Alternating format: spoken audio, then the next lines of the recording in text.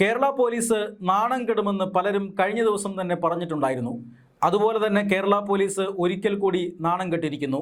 ഒരിക്കൽ കൂടി എന്ന് പറയുമ്പോൾ പണ്ട് PC ജോർജിനെ അറസ്റ്റ് ചെയ്ത് തിരുവനന്തപുരത്തേക്ക് കൊണ്ടുവന്ന് കോടതിയിൽ ഹാജരാക്കി അദ്ദേഹം ജാമ്യം കിട്ടിപ്പോയത് നമുക്ക് ഓർമ്മയുണ്ടല്ലോ. PC ജോർജ് വിദ്വേഷ പരാമർശം നടത്തിയെന്ന പേരിൽ ഈ കേസെടുക്കുകയും ചില മതമൗലികവാദ സംഘടനകളുടെ സമ്മർദ്ദത്തെ തുടർന്ന് കേസെടുക്കുകയും അതിനുശേഷം അറസ്റ്റ് ചെയ്യുകയും പിന്നീട് തിരുവനന്തപുരത്ത് കോടതിയിലെത്തിയപ്പോൾ ജാമ്യം ലഭിച്ച് പോവുകയും ഒക്കെയാണ് അന്ന് ചെയ്തത്. അതിന് സമാനമായ രീതിയിലാണ് ഒരിക്കൽ കൂടി കേരള പോലീസ് നാണം കെട്ടിരിക്കുന്നത്. അതായത് പോലീസിന് നേരത്തെ തന്നെ അറിയാമായിരുന്നു ഈ വീഡിയോ അല്ലെങ്കിൽ മോഹൻദാസിനെതിരെ ഉയർന്നിട്ടുള്ള ആരോപണങ്ങൾ, അദ്ദേഹം ചെയ്ത വീഡിയോ, അതൊന്നും ഈ പറയുന്ന വകുപ്പുകളൊന്നും അട്രാക്റ്റ് ചെയ്യുന്നതല്ല. അത് തീർച്ചയായും വളരെ എളുപ്പത്തിൽ ജാമ്യം തേടി പോകാവുന്ന കേസാണ്. അതുകൊണ്ടാണ് കേരള പോലീസ് FIR രജിസ്റ്റർ ചെയ്തതിന് ശേഷം ഒന്ന് അമാന്തിച്ചത്. ഈ TG മോഹൻദാസിന് ഒരു നോട്ടീസ് പോലും നൽകാതെ TG മോഹൻദാസിനെതിരായിട്ടുള്ള കേസുകൾ അത് അത്ര നിലനിൽക്കുന്നതല്ല എന്ന് കേരള പോലീസിന് അറിയാമായിരുന്നു. അതുകൊണ്ട് തന്നെയാണ് പോലീസ് അക്കാര്യത്തിൽ ഒരു മെല്ലപ്പോക്ക് നയം സ്വീകരിച്ചത്. പക്ഷേ രാഷ്ട്രീയ സമ്മർദ്ദം അത് ശക്തമാവുകയായിരുന്നു. ഭരണമുന്നണിയിലെ ചില ഘടകകക്ഷികളടക്കം ശക്തമായ നിലപാട് സ്വീകരിച്ചു. അർജുൻ ആയങ്കിയെ അറസ്റ്റ് ചെയ്തപ്പോൾ പോലും ചില മാധ്യമപ്രവർത്തകരുടെ അടുത്ത ചോദ്യം TG മോഹൻദാസിനെ അറസ്റ്റ് ചെയ്യുന്നില്ലേ എന്നായിരുന്നു. അങ്ങനെ നിരന്തരം സർക്കാരിന് മേൽ സമ്മർദ്ദം ഉയർന്നു. അതിനെ തുടർന്നാണ് പോലീസ് രണ്ടും കൽപ്പിച്ച് കഴിഞ്ഞ ദിവസം തിരുവനന്തപുരം സിറ്റി സൈബർ പോലീസ് എറണാകുളത്ത് നിന്നും TG മോഹൻദാസിനെ അറസ്റ്റ് ചെയ്ത് രാഖി രാമാനം തിരുവനന്തപുരത്തേക്ക് കൊണ്ടുവന്ന് അതിനുശേഷം ഇന്ന് കോടതിയിൽ ഹാജരാക്കിയത്. ഇന്ന് 2 മണിയോടുകൂടിയാണ് അദ്ദേഹത്തെ കോടതിയിൽ ഹാജരാക്കിയത്. 11 മണിയോടുകൂടി അദ്ദേഹത്തെ ഹാജരാക്കുമെന്നാണ് അറിയിച്ചിരുന്നത്. പക്ഷേ അദ്ദേഹത്തെ ഹാജരാക്കിയത് 2 മണിയോടുകൂടിയാണ്. 2 മണിക്ക് കോടതിയിൽ ഹാജരാക്കുന്നു. മണിക്കൂറുകൾ നീണ്ട വാദം പിന്നീട് നടക്കുന്നതാണ് നമ്മൾ കണ്ടത്. അതായത് കേരള പോലീസ് ശക്തമായ വകുപ്പുകൾ, അദ്ദേഹം ചെയ്ത ഒരു യൂട്യൂബ് വീഡിയോയിന്മേൽ ദില്ലിയിൽ സമരം നടത്തിയ വിദ്യാർത്ഥികളെയും അതുപോലെ തന്നെ അവിടെ സമരം നടത്തിയ പെൺകുട്ടികളെയും ഒക്കെ അപമാനിച്ചുവെന്നും അധിക്ഷേപിച്ചുവെന്നും വിദ്വേഷ പരാമർശം നടത്തി എന്നുമൊക്കെയായിരുന്നു TGക്ക് മേലുണ്ടായിരുന്ന ആരോപണം. ആ ആരോപണങ്ങൾ അനുസരിച്ചുകൊണ്ടാണ് കേസ് ഫ്രെയിം ചെയ്തത് പോലീസ്. ഗുരുതരമായ വകുപ്പുകളാണ് TGക്കെതിരെ ചുമത്തിയിരുന്നത്. കലാപാഹ്വാനം, സമൂഹത്തിലെ 2 വിഭാഗങ്ങൾ തമ്മിലുള്ള സംഘർഷം വർദ്ധിപ്പിക്കാൻ ബോധപൂർവം ഇത്തരത്തിലൊരു കലാപാഹ്വാനം നടത്തി എന്നായിരുന്നു ഒന്നാമത്തെ കേസ്. രണ്ടാമത്തെ വകുപ്പ് എന്ന് പറയുന്നത് സ്ത്രീകൾക്കെതിരായിട്ടുള്ള അധിക്ഷേപ പരാമർശം നടത്തി എന്നുള്ളതായിരുന്നു. അതുകൂടാതെ IT വകുപ്പ് പ്രകാരം 2 കേസുകളും, അതായത് സമൂഹ മാധ്യമങ്ങൾ ഉപയോഗിച്ചുകൊണ്ട് സമൂഹത്തിൽ പ്രശ്നങ്ങൾ ഉണ്ടാക്കാൻ ശ്രമിച്ചു എന്ന 2 കേസുകൾ, 2 വകുപ്പുകൾ, അങ്ങനെ 4 വകുപ്പുകളാണ് TG മോഹൻദാസിന് മുകളിൽ ചുമത്തിയിരുന്നത്. മാത്രമല്ല കസ്റ്റോഡിയൽ ഇൻറ്ററോഗേഷൻ ആവശ്യപ്പെട്ടു കോടതിയിൽ പോലീസ്. അതായത് കസ്റ്റഡിയിലെടുത്ത് ചോദ്യം ചെയ്യേണ്ടതുണ്ട്. ഇത് സംബന്ധിച്ച കൂടുതൽ പരാതികൾ ഉയർന്നു വരുന്നുണ്ട്. ആ പരാതിക്കാരെയെല്ലാം ചോദ്യം ചെയ്യേണ്ടതുണ്ട്. ഇതൊക്കെയാണ് അതിശക്തമായ വാദമാണ് ഈ TGയെ റിമാൻഡ് ചെയ്യിക്കാൻ വേണ്ടി പോലീസ് നടത്തിയത്.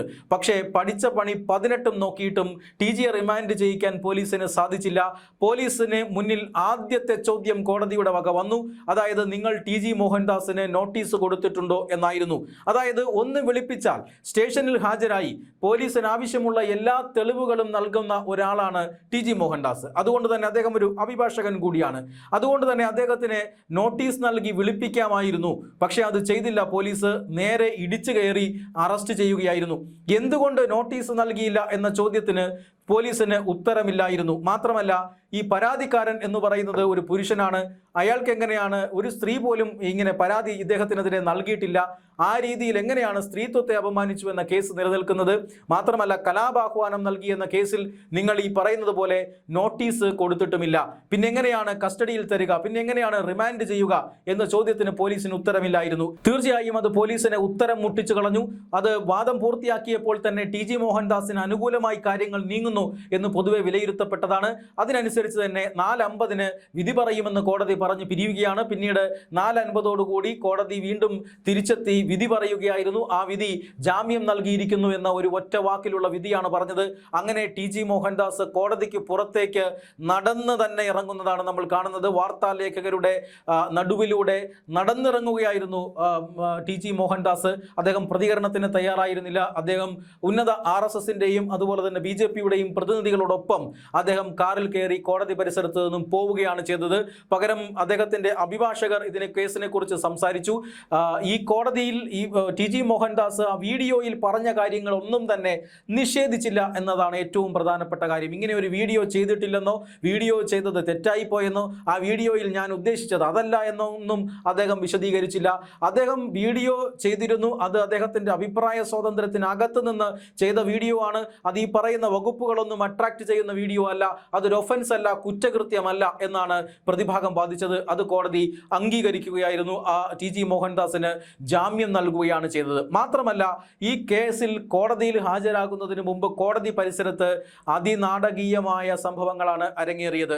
അതായത് SFIയുടെ പ്രവർത്തകർ കരിങ്കൊടി കാണിക്കാനും ടി ജിക്കെതിരെ മുദ്രാവാക്യം വിളിക്കാനും ഒക്കെ അവിടെ തയ്യാറായിരിക്കുകയായിരുന്നു. ടി ജി മോഹൻദാസിന്റെ പോലീസ് വാഹനം അത് കോടതിയിലേക്ക് പ്രവേശിക്കുന്നതിന് തൊട്ട് മുമ്പ് SFI പ്രവർത്തകർ വളഞ്ഞു വയ്ക്കുന്നു, മുദ്രാവാക്യം വിളിക്കുന്നു, വർഗീയവാദി എന്ന രീതിയിൽ മുദ്രാവാക്യം വിളിക്കുന്നു, അതിനുശേഷം കരിങ്കൊടി കാണിക്കുന്നു.